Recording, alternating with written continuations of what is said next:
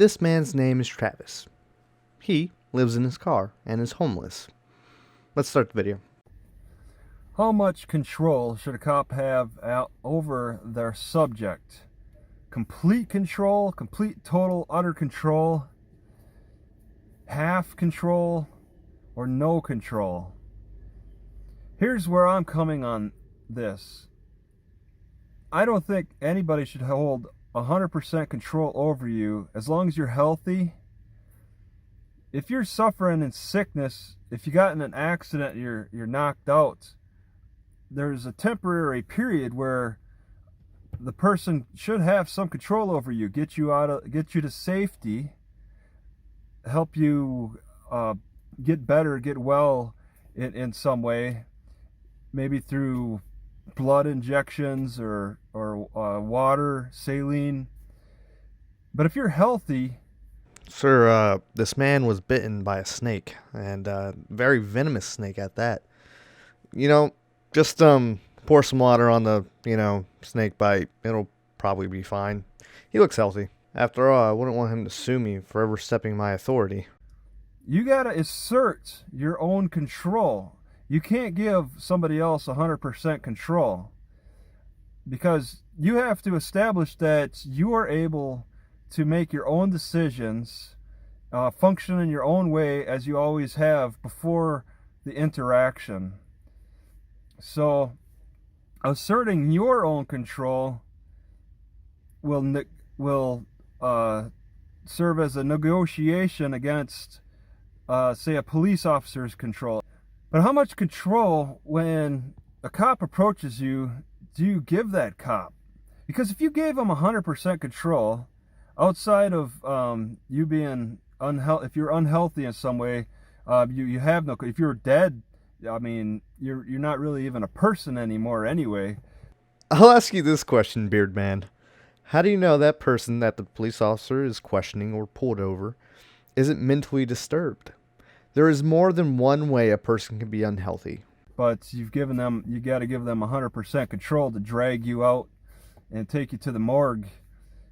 If you're healthy, though, you got to watch for, you got to push back against the potential for them taking advantage of their power, and that could be lying about laws. It could be about making unreasonable demands. Unreasonable demands? Like what that belly button do? Or could you please exit the car so I can make sure you have no weapons for my safety? You can always verbally dispute, and that's what you have to do in court. All right? Your silence does not exactly help you in court proceedings in a lot of ways. Objection, irrelevant. Disputing some issues that are questionable is very much a part of the judicial system, but then suddenly we're told to be silent on the streets. Did anyone understand what you just said? Asking for a friend. And in some cases, being silent can help. If you murdered somebody, if you started a fire somewhere, you stole something. You could have an aneurysm on the toilet. You never know. I was just reading about in Lubbock. If you can go to the courthouse and read their warrants that were approved by the judge. I saw in one there was a house burglary in September with 4 kids, and they were caught by the cops, and a couple confessed, saying, "Yep, that's where I was. That's what I was doing." The lookout who was driving the car confessed, "Yeah, I was the one driving." They all confess. That's where silence is very important when you're in that. But at that level of mentality with those types of criminals, you're not reaching people like that to tell them to be silent. But the people who know to be silent are telling each other the people who know under what circumstances they should be silent about are telling each other. It's like like-minded people advising like-minded people. We already know there's the people who really are just in such a criminal element, and their mentality is grounded in breaking the law.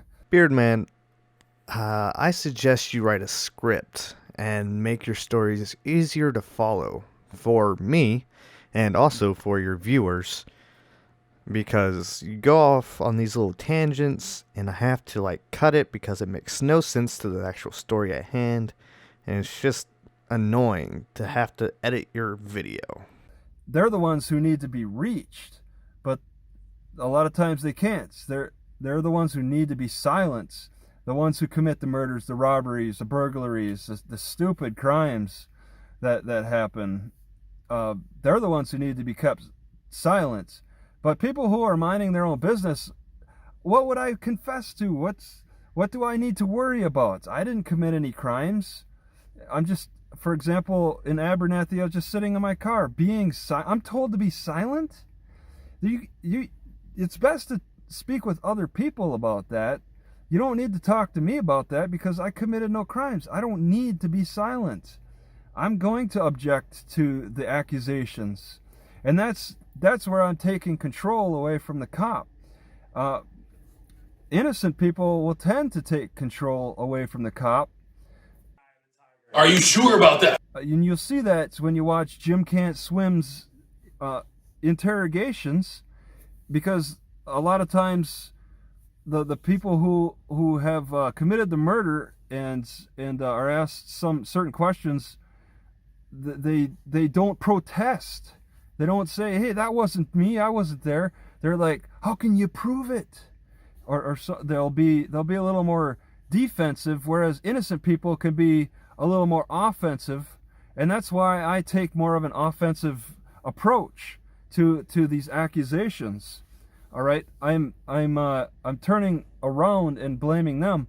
The guilty person, they're going to be overwhelmed by their guilt, and then defensive. An innocent person is not going to be so defensive about it and overwhelmed by guilt on top of that, and also having to memorize lies, lie after lie. I don't have to do that. That's going to be the end of this video. Hope you guys enjoyed it. There's more to this, and if you want to see the full video and listen to him ramble on, the link is in the description. Hope you guys have a good day.